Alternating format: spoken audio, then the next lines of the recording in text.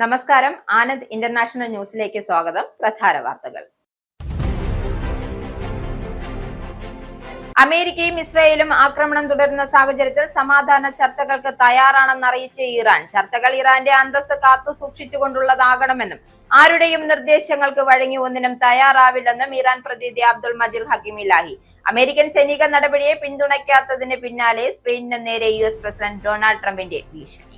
Iran യുദ്ധം ശക്തമാക്കിയതോടെ British പൗരന്മാരെ Gulf മേഖലയിൽ നിന്നും നാട്ടിലേക്ക് തിരിച്ചെത്തിക്കുന്നതിനുള്ള അടിയന്തര നടപടികൾ ആരംഭിച്ചതായി ബ്രിട്ടീഷ് വിദേശകാര്യ മന്ത്രാലയം. വ്യോമപാതകൾ അടഞ്ഞു കിടക്കുന്നതിനാൽ 10,000-കണക്കിന് പേരെ സുരക്ഷിതമായി മടക്കിയെത്തിക്കാൻ ബദൽ മാർഗങ്ങൾ തേടുകയാണ് അധികൃതർ. പൗരന്മാരെ എത്രയും വേഗം നാട്ടിലെത്തിക്കുകയാണ് തങ്ങളുടെ ലക്ഷ്യമെന്നും ബ്രിട്ടീഷ് വിദേശകാര്യ സെക്രട്ടറി എവറ്റ് കൂപ്പർ. ബ്രിട്ടനിലെ സ്ഥാപനങ്ങൾക്ക് നേരെ ഇറാനുമായി ബന്ധമുള്ള സൈബർ സംഘങ്ങളുടെ ആക്രമണം ഉണ്ടാകാനുള്ള സാധ്യത ഉയർന്നതായി നാഷണൽ സൈബർ സെക്യൂരിറ്റി സെന്ററിന്റെ മുന്നറിയിപ്പ്. സൈബർ ആക്രമണ സാധ്യതയുണ്ടായത് മധ്യപൂർവ്വ മേഖലയിലെ US ഇസ്രായേൽ സൈനിക ആക്രമണങ്ങൾക്ക് പിന്നാലെ. മധ്യപൂർവേഷ്യയിലെ ഓഫീസുകളോ സപ്ലൈ ചെയിനുകളോ ഉള്ള കമ്പനികൾക്ക് സൈബർ ഭീഷണി കൂടുതലാണ് എന്ന് NCSC. ഇന്ധനവില വർദ്ധിക്കുമെന്ന ആശങ്കയിൽ ബ്രിട്ടനിലെ ജനങ്ങൾ. എണ്ണവില റെക്കോർഡ് വർധനയിൽ എത്തുമെന്ന മുന്നറിയിപ്പ്. പാശ്ചാത്യ മേഖലയിലുള്ള എണ്ണ നീക്കത്തിന് തടസ്സം സൃഷ്ടിച്ചത് മിഡിൽ ഈസ്റ്റിലെ സംഘർഷം. പ്രതിസന്ധിയാകുന്നത് ഹോർമുസ് കടലിലെ ഇറാൻ കപ്പലുകളും പോർട്ടുകളും ആക്രമിക്കുന്നതിനാൽ. ക്രൂഡ് ഓയിൽ വില ഉയർന്നത് ബാരലിന് 13%. അന്താരാഷ്ട്ര ഊർജ്ജ വിപണിയെ ആശങ്കയിലാഴ്ത്തി ഹോർമുസ് കടലിടുക്ക് അടച്ചിടാനുള്ള ഇറാന്റെ നീക്കത്തിൽ പ്രതികരണവുമായി US പ്രസിഡന്റ് ഡൊണാൾഡ് ട്രംപ്. ആവശ്യമെങ്കിൽ ഹോർമുസ് കടലിടുക്കിലൂടെ എണ്ണക്കപ്പലുകളെ അമേരിക്കൻ നാവികസേന അനുഗമിക്കുമെന്ന് US പ്രസിഡന്റ്. ലോകത്തിലേക്ക് സ്വതന്ത്രമായ എണ്ണ ഒഴുക്ക് ഉറപ്പാക്കാൻ US-ന് കഴിയുമെന്നും ട്രംപ്. പ്രധാനമന്ത്രി നരേന്ദ്രമോദിയുടെ സന്ദർശന സമയത്ത് ഇറാൻ ആക്രമണ വിവരം ഉണ്ടായിരുന്നില്ല എന്ന് ഇസ്രായേൽ അംബാസിഡർ റൂബൻ അസർ. മോദി രാജ്യം വിട്ടതിന് തൊട്ടു പിന്നാലെയാണ് അവസരം ഒത്തുവന്നതെന്നും ശരിയായ നിമിഷത്തിലാണ് ആക്രമണം ഉണ്ടായതെന്നും ഇസ്രായേൽ. ഗൾഫ് രാജ്യങ്ങൾ കുടുങ്ങിക്കിടക്കുന്നവരെ നാട്ടിലെത്തിക്കാനായി ഇന്ത്യ കൂടുതൽ വിമാന സർവീസുകൾ ആരംഭിച്ചു. ഇന്ത്യൻ കമ്പനികൾക്ക് പുറമെ എമിറേറ്റ്സ് അടക്കമുള്ള വിദേശ കമ്പനികളും സർവീസുകൾ നടത്തുന്നു. ശബരിമല സ്വർണ്ണക്കൊള്ള കേസിൽ റിമാൻഡിൽ കഴിയുന്ന CPM നേതാവും ദേവസ്വം ബോർഡ് മുൻ പ്രസിഡന്റുമായ A പത്മകുമാറിന് രണ്ടാമത്തെ കേസിലും ജാമ്യം. കൊല്ലം വിജിലൻസ് കോടതി ദ്വാരപാലക ശില്പക്കേസിലാണ് പത്മകുമാറിന് സ്വാഭാവിക ജാമ്യം അനുവദിച്ചത്. കട്ടിളപ്പാളി കേസിൽ നേരത്തെ സ്വാഭാവിക ജാമ്യം ലഭിച്ചിരുന്നു. ജാമ്യം ലഭിച്ച പത്മകുമാർ ജയിലിന് പുറത്തേക്ക്. നിയമസഭാ തെരഞ്ഞെടുപ്പ് അടുത്തിരിക്കെ തൃക്കാക്കരയിലെ കോൺഗ്രസ് ആഭ്യന്തര ഭിന്നതകൾ വീണ്ടും രൂക്ഷം.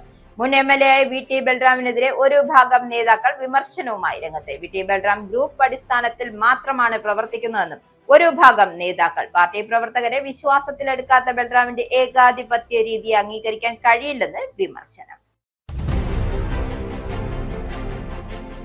വാർത്തകൾ വിശദമായി.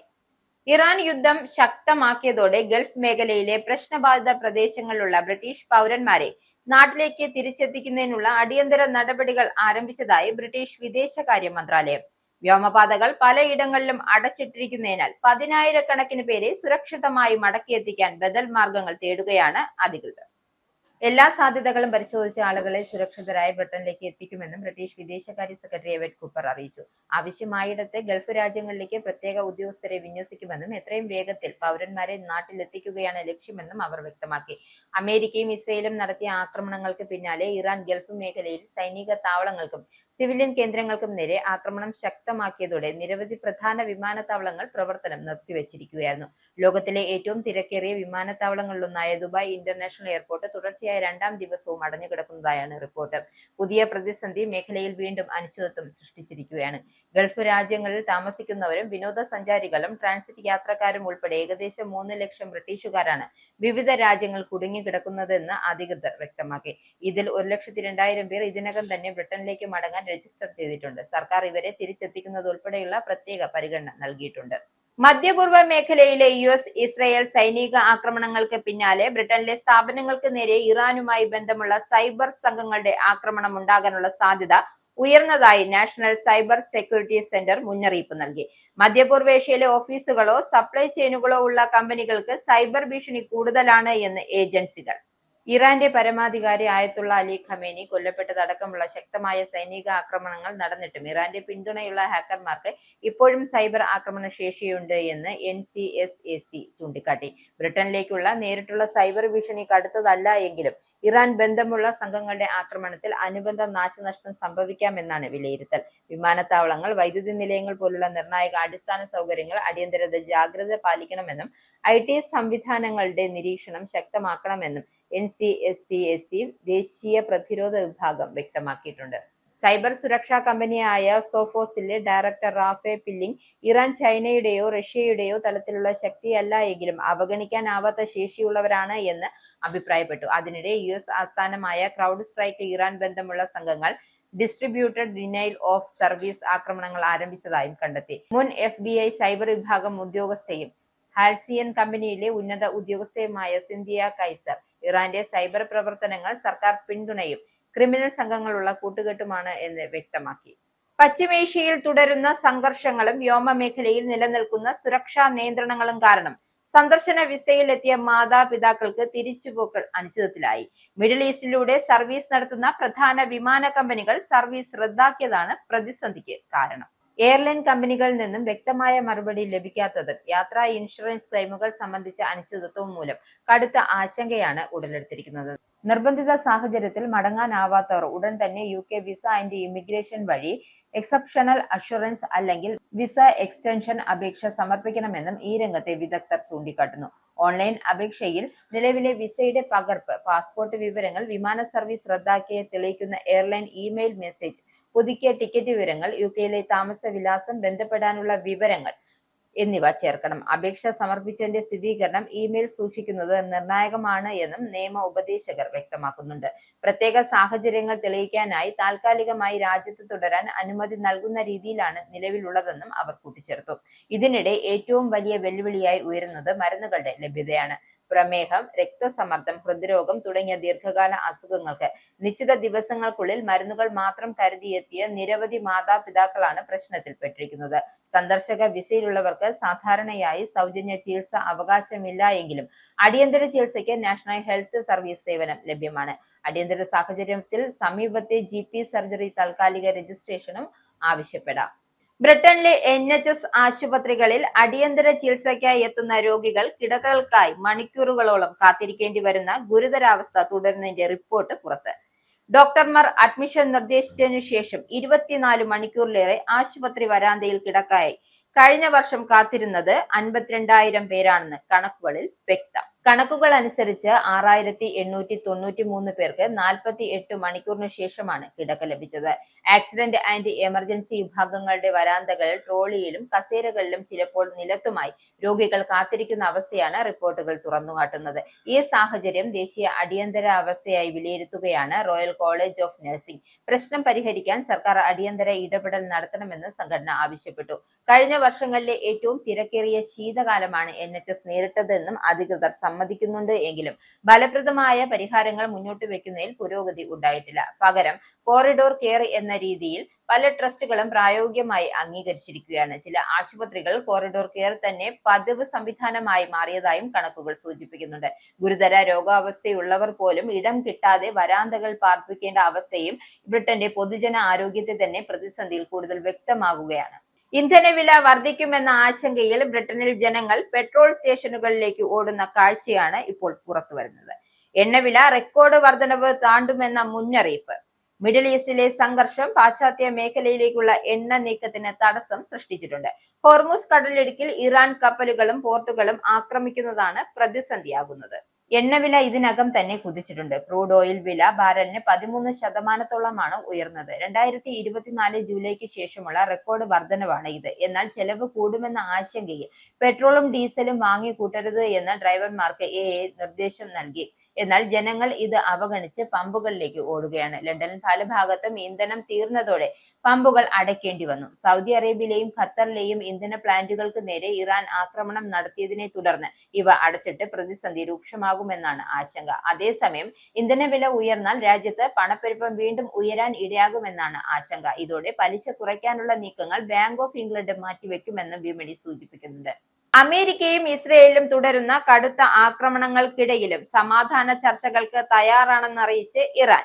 എന്നാൽ ഈ ചർച്ചകൾ ഇറാന്റെ അന്തസ്സ് കാത്തുസൂക്ഷിച്ചുകൊണ്ടുള്ളതാകണമെന്നും ആരുടെയും നിർദ്ദേശങ്ങൾക്ക് വഴങ്ങി ഒന്നിനും തയ്യാറാവില്ലെന്നും ഇറാന്റെ പരമോന്നത നേതാവിന്റെ പ്രത്യേക പ്രതിനിധി അബ്ദുൾ മജീദ് ഹക്കീം ഇലാഹി വ്യക്തമാക്കി. തങ്ങൾ ആത്മരക്ഷാർത്ഥമാണ് പോരാടുന്നതെന്നും തങ്ങളുടെ അവകാശങ്ങൾ മാത്രമാണ് ആവശ്യപ്പെടുന്നതെന്നും അബ്ദുൾ മജീദ് ഹക്കീം ഇലാഹി പറഞ്ഞു. സമാധാനത്തിനായി പ്രധാനമായും 3 ഉപാധികളാണ് ഇറാൻ മുന്നോട്ട് വെച്ചിരിക്കുന്നത്. നിലവിലെ ആക്രമണങ്ങൾ അവസാനിപ്പിക്കുക, ഭാവിയിൽ ഇറാന് നേരെ ആക്രമണം ഉണ്ടാകില്ല എന്ന് ഉറപ്പു നൽകുക, ഇറാന് മേലുള്ള ഉപരോധങ്ങൾ പൂർണ്ണമായും നീക്കം ചെയ്യുക എന്നിവയാണ്. തങ്ങൾ യുദ്ധം തുടങ്ങിയവരല്ല എന്നും അമേരിക്കയാണ് ഈ യുദ്ധത്തിന് ഉത്തരവാദികളെന്നും ഇലാഹി ആരോപിച്ചു. അമേരിക്ക ആക്രമണം നിർത്തിയാൽ ഉടൻ തന്നെ തങ്ങളും പോരാട്ടം അവസാനിപ്പിക്കാൻ തയ്യാറാണെന്നും അദ്ദേഹം കൂട്ടിച്ചേർത്തു. ചർച്ചകളിൽ വലിയ പുരോഗതി ഉണ്ടാവുകയും ഒരു സംയുക്ത പ്രസ്താവന പുറപ്പെടുവിപ്പിക്കാൻ തയ്യാറെടുക്കുകയും ചെയ്ത ഘട്ടത്തിലാണ് അമേരിക്കയും ഇസ്രയേൽ ആക്രമണം നടത്തിയതെന്ന് ഇലാഹി പറഞ്ഞു. സമാധാനത്തിനുള്ള വലിയൊരു അവസരം അമേരിക്കയും ഇസ്രയേലും ചേർന്ന് തകർക്കുകയായിരുന്നു എന്നാണ് ഇറാന്റെ പക്ഷം. അമേരിക്കയുടെ ഈ നീക്കങ്ങൾക്ക് പിന്നിൽ വലിയൊരു രാഷ്ട്രീയ ലക്ഷ്യമുണ്ടെന്നും ഇറാൻ ആരോപിക്കുന്നു.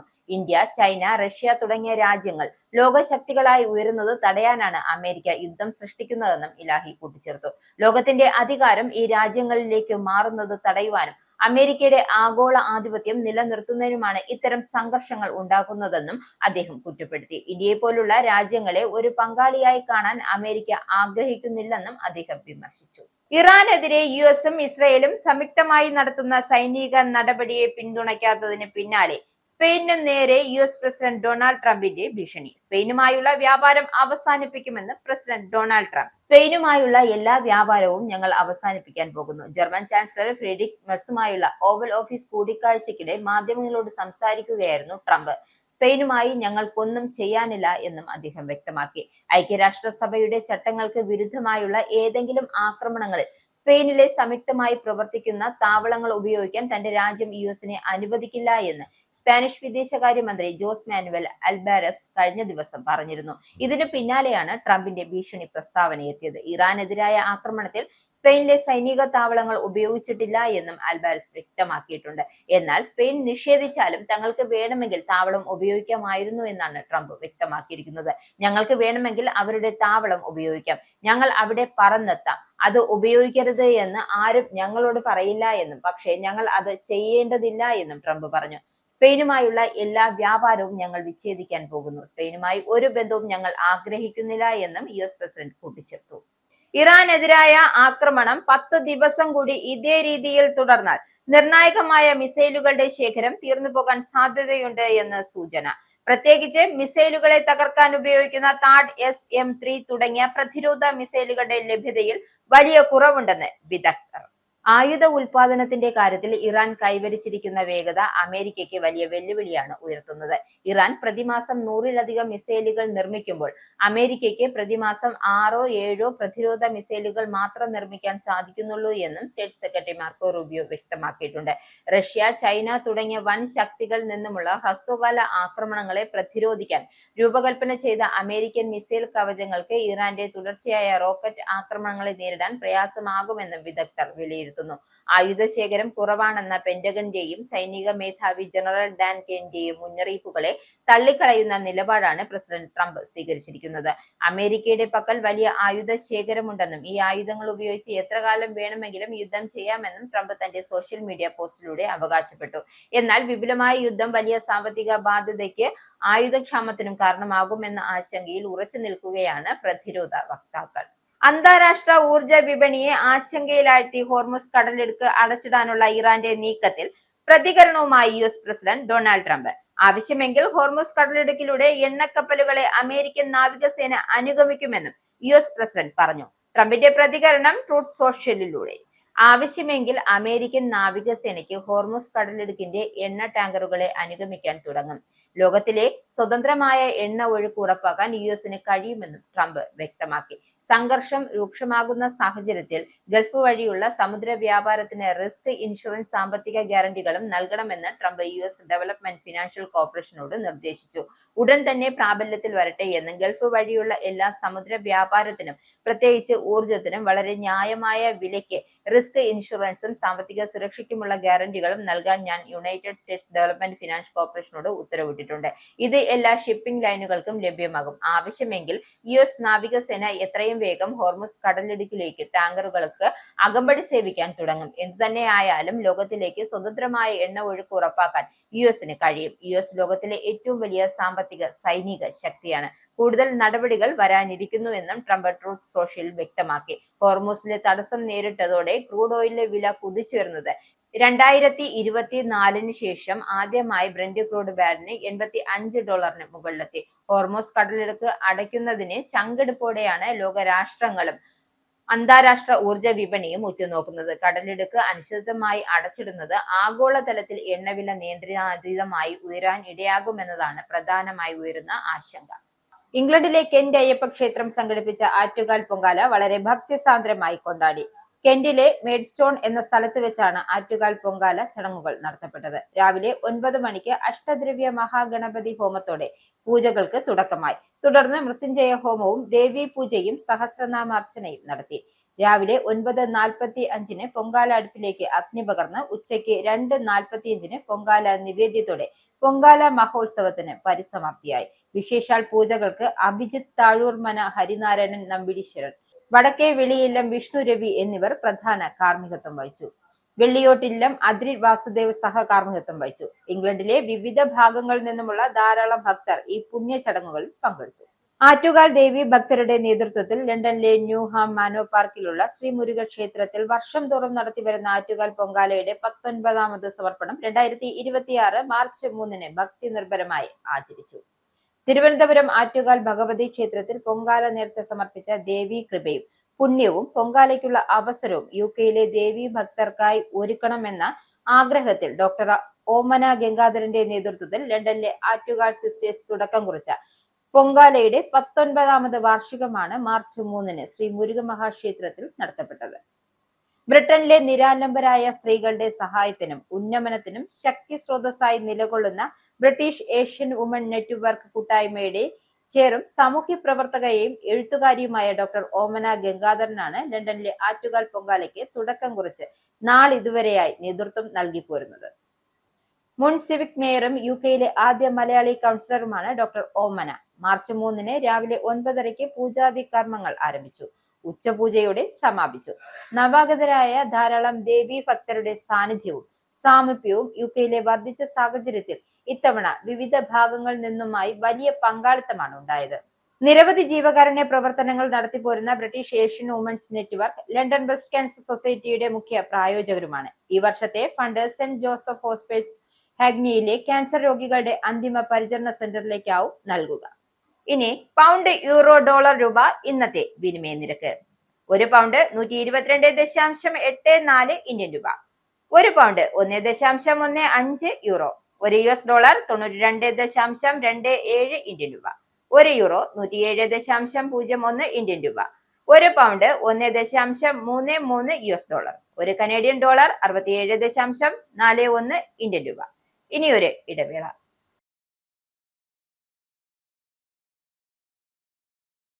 വീണ്ടും വാർത്തകളിലേക്ക്. പ്രധാനമന്ത്രി നരേന്ദ്രമോദിയുടെ സന്ദർശന സമയത്ത് ഇറാൻ ആക്രമണ വിവരം ഉണ്ടായിരുന്നില്ല എന്ന് ഇന്ത്യയിലെ ഇസ്രായേൽ അംബാസിഡർ റൂബൻ അസർ. പ്രധാനമന്ത്രി നരേന്ദ്രമോദി രാജ്യം വിട്ടതിന് തൊട്ടു പിന്നാലെയാണ് അവസരം ഒത്തുവന്നതെന്നും ഏറെ നാളത്തെ നിരീക്ഷണത്തിന് ശേഷം ശരിയായ നിമിഷത്തിലാണ് ആക്രമണം ഉണ്ടായത്. പ്രധാനമന്ത്രി മോദിയുടെ സന്ദർശന വേളയിൽ ഇറാനിൽ ഈ ആക്രമണങ്ങൾ നടത്തുമെന്ന് അറിയില്ലായിരുന്നു. പ്രധാനമന്ത്രി പോയതിനു ശേഷം മാത്രമാണ് അവസരം ഒത്തുവന്നതായി അറിയുന്നത്.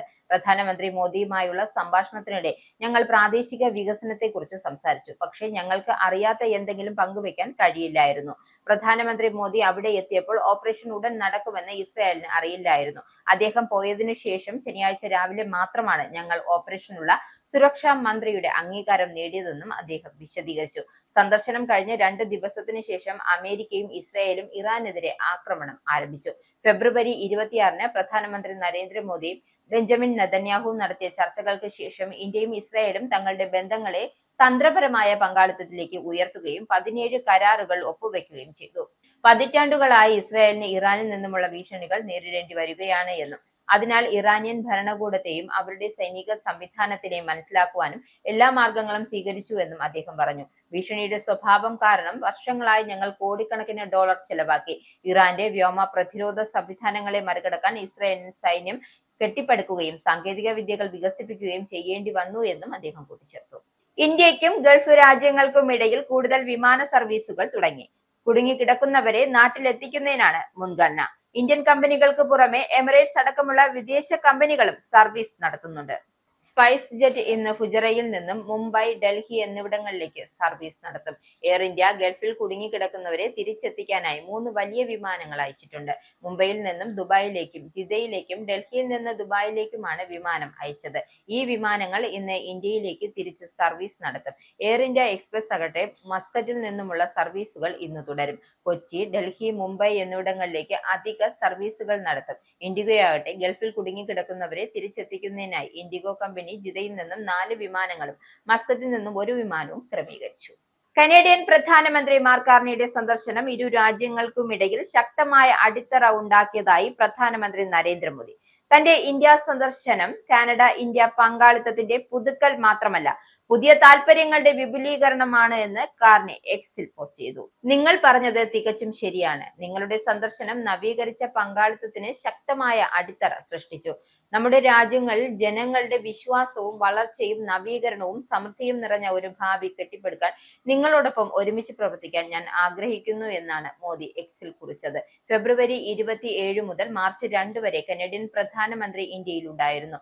പ്രതിരോധം, നിർണായക സാങ്കേതിക വിദ്യകൾ, ചെറുകിട മോഡുലാർ ആണവ റിയാക്ടറുകൾ, വിദ്യാഭ്യാസം, പുനരുപയോഗ ഊർജം എന്നിവയിൽ സഹകരണം വർദ്ധിപ്പിക്കുമെന്നും ഇരുവരും തീരുമാനത്തിലെത്തിയിരുന്നു. കൂടാതെ ഇന്ത്യയിലെയും കാനഡയിലെയും മുൻനിര കോർപ്പറേറ്റ് നേതാക്കൾ, സാമ്പത്തിക വിദഗ്ധർ എന്നിവരുമായും അദ്ദേഹം കൂടിക്കാഴ്ച നടത്തി.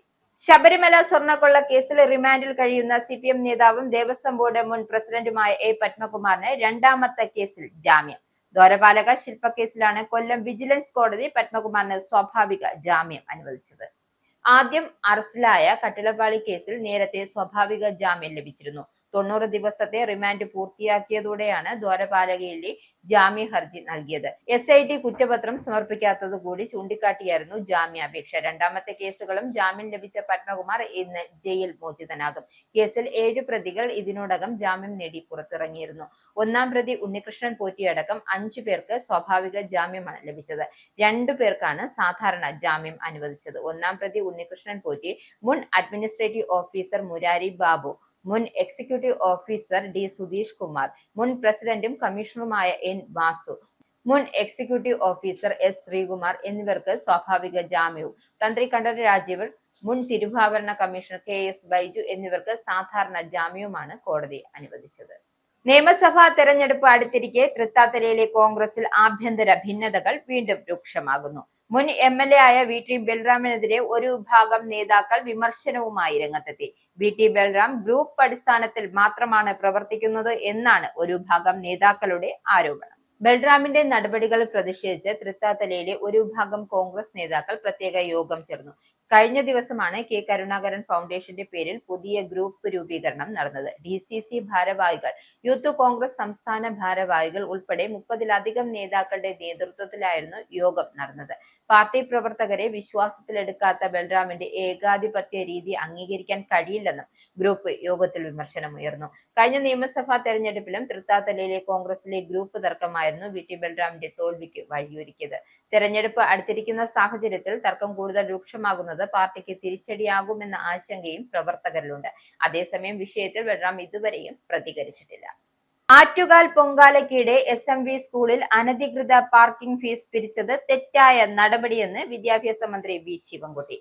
സ്കൂൾ കോമ്പൗണ്ടുകൾ പാർക്കിങ്ങിനായി ഉപയോഗിക്കാൻ പാടില്ലെന്നും ഇത്തരത്തിൽ പിരിവ് നടത്താൻ PTAക്ക് യാതൊരു അധികാരവുമില്ല എന്നും മന്ത്രി വ്യക്തമാക്കി. സംഭവത്തിൽ കുറ്റക്കാർക്കെതിരെ കർശന നടപടികൾ സ്വീകരിക്കാൻ സ്കൂൾ മാനേജ്മെന്റിന് നിർദ്ദേശം നൽകിയതായും അദ്ദേഹം അറിയിച്ചു. സ്കൂൾ പരിസരത്ത് തട്ടുകട പ്രവർത്തിച്ചിരുന്നു എന്ന വിവരം ലഭിച്ചിട്ടുണ്ട് എന്നും ഇതും പരിശോധിച്ച് ആവശ്യമായ നടപടികൾ ഉറപ്പാക്കുമെന്നും മന്ത്രി കൂട്ടിച്ചേർത്തു. അതേസമയം പൊങ്കാലയ്ക്ക് ശേഷം നഗരം വൃത്തിയാക്കുന്നതിൽ കോർപ്പറേഷൻ ഉത്തരവാദിത്വം കൃത്യമായി നിർവഹിച്ചുവെന്നും വി ശിവൻകുട്ടി അഭിനന്ദിച്ചു.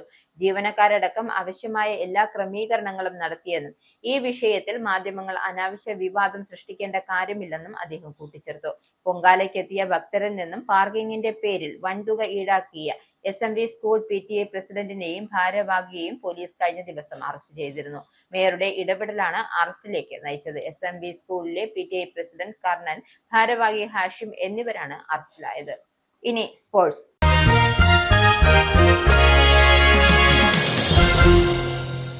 ബാഴ്സലോണയെ മറികടന്ന് Atletico Madrid Copa del Rey ഫൈനലിൽ. രണ്ടാം പാദ സെമിയിൽ മറുപടിയില്ലാത്ത 3 ഗോൾക്ക് ജയിച്ചിട്ടും ബാഴ്സലോണ പുറത്തായി. ഒന്നാം പാദ സെമിയിൽ 4-0 തോൽവിയാണ് ഹാൻസി ഫ്ലിക്കും സംഘത്തിനും തിരിച്ചടിയായത്. സ്വന്തം തട്ടകമായ ക്യാമ്പ് നൗവിൽ ഒരു വേള ഗംഭീര തിരിച്ചുവരവിന്റെ പ്രതീക്ഷകൾ നൽകിയെങ്കിലും 4 ഗോളിന്റെ കടം വീട്ടാനായില്ല. ഇരു പാദങ്ങളിലുമായി 4-3 എന്ന സ്കോറാണ് അറ്റ്ലാന്റിക്കോയുടെ ഫൈനൽ പ്രവേശനം. 2013 ശേഷം ആദ്യമായാണ് അറ്റ്ലാന്റിക്കോ ടൂർണമെന്റിന്റെ ഫൈനലിൽ എത്തുന്നത്. റയൽ സോസിഡോഡ്, അത്ലറ്റിക്കോ ബിൽബാവോ രണ്ടാം സെമി ജേതാക്കളായാണ് ഫൈനലിൽ ഏറ്റുമുട്ടുക. യുവതാരം മാർക്ക് ബെർണൽ ഇരട്ട ഗോളുമായി തിളങ്ങി. 29-72 മിനിറ്റുകളായിരുന്നു താരത്തിന്റെ ഗോളുകൾ പിറന്നത്. മറ്റൊരു ഗോൾ റാഫിഞ്ഞയുടെ വകയായിരുന്നു. പ്രധാന വാർത്തകൾ ഒരിക്കൽ കൂടി. അമേരിക്കയും ഇസ്രായേലും ആക്രമണം തുടരുന്ന സാഹചര്യത്തിൽ സമാധാന ചർച്ചകൾക്ക് തയ്യാറാണെന്ന് അറിയിച്ച ഇറാൻ, ചർച്ചകൾ ഇറാന്റെ അന്തസ്സ് കാത്തു സൂക്ഷിച്ചുകൊണ്ടുള്ളതാകണമെന്നും ആരുടെയും നിർദ്ദേശങ്ങൾക്ക് വഴങ്ങി ഒന്നിനും തയ്യാറാവില്ലെന്നും ഇറാൻ പ്രതിനിധി അബ്ദുൾ മജീദ് ഹക്കിമിലാഹി. അമേരിക്കൻ സൈനിക നടപടിയെ പിന്തുണയ്ക്കാത്തതിന് പിന്നാലെ സ്പെയിനിന് നേരെ US പ്രസിഡന്റ് ഡൊണാൾഡ് ട്രംപിന്റെ ഭീഷണി. ഇറാൻ യുദ്ധം ശക്തമാക്കിയതോടെ ബ്രിട്ടീഷ് പൗരന്മാരെ ഗൾഫ് മേഖലയിൽ നിന്നും നാട്ടിലേക്ക് തിരിച്ചെത്തിക്കുന്നതിനുള്ള അടിയന്തര നടപടികൾ ആരംഭിച്ചതായി ബ്രിട്ടീഷ് വിദേശകാര്യ മന്ത്രാലയം. വ്യോമപാതകൾ അടഞ്ഞു കിടക്കുന്നതിനാൽ 10,000-കണക്കിന് പേരെ സുരക്ഷിതമായി മടക്കിയെത്തിക്കാൻ ബദൽ മാർഗങ്ങൾ തേടുകയാണ് അധികൃതർ. പൗരന്മാരെ എത്രയും വേഗം നാട്ടിലെത്തിക്കുകയാണ് തങ്ങളുടെ ലക്ഷ്യമെന്നും ബ്രിട്ടീഷ് വിദേശകാര്യ സെക്രട്ടറി എവറ്റ് കൂപ്പർ. ബ്രിട്ടനിലെ സ്ഥാപനങ്ങൾക്ക് നേരെ ഇറാനുമായി ബന്ധമുള്ള സൈബർ സംഘങ്ങളുടെ ആക്രമണം ഉണ്ടാകാനുള്ള സാധ്യത ഉയർന്നതായി നാഷണൽ സൈബർ സെക്യൂരിറ്റി സെന്ററിന്റെ മുന്നറിയിപ്പ്. സൈബർ ആക്രമണ സാധ്യതയുണ്ടായത് മധ്യപൂർവ്വ മേഖലയിലെ US ഇസ്രായേൽ സൈനിക ആക്രമണങ്ങൾക്ക് പിന്നാലെ. മധ്യപൂർവേഷ്യയിലെ ഓഫീസുകളോ സപ്ലൈ ചെയിനുകളോ ഉള്ള കമ്പനികൾക്ക് സൈബർ ഭീഷണി കൂടുതലാണ് എന്ന് NCSC. ഇന്ധനവില വർദ്ധിക്കുമെന്ന ആശങ്കയിൽ ബ്രിട്ടനിലെ ജനങ്ങൾ. എണ്ണവില റെക്കോർഡ് വർധനയിൽ എത്തുമെന്ന മുന്നറിയിപ്പ്. പാശ്ചാത്യ മേഖലയിലുള്ള എണ്ണ നീക്കത്തിന് തടസ്സം സൃഷ്ടിച്ചത് മിഡിൽ ഈസ്റ്റിലെ സംഘർഷം. പ്രതിസന്ധിയാകുന്നത് ഹോർമുസ് കടലിലെ ഇറാൻ കപ്പലുകളും പോർട്ടുകളും ആക്രമിക്കുന്നതിനാൽ. ക്രൂഡ് ഓയിൽ വില ഉയർന്നത് ബാരലിന് 13%. അന്താരാഷ്ട്ര ഊർജ്ജ വിപണിയെ ആശങ്കയിലാഴ്ത്തി ഹോർമുസ് കടലിടുക്ക് അടച്ചിടാനുള്ള ഇറാന്റെ നീക്കത്തിൽ പ്രതികരണവുമായി US പ്രസിഡന്റ് ഡൊണാൾഡ് ട്രംപ്.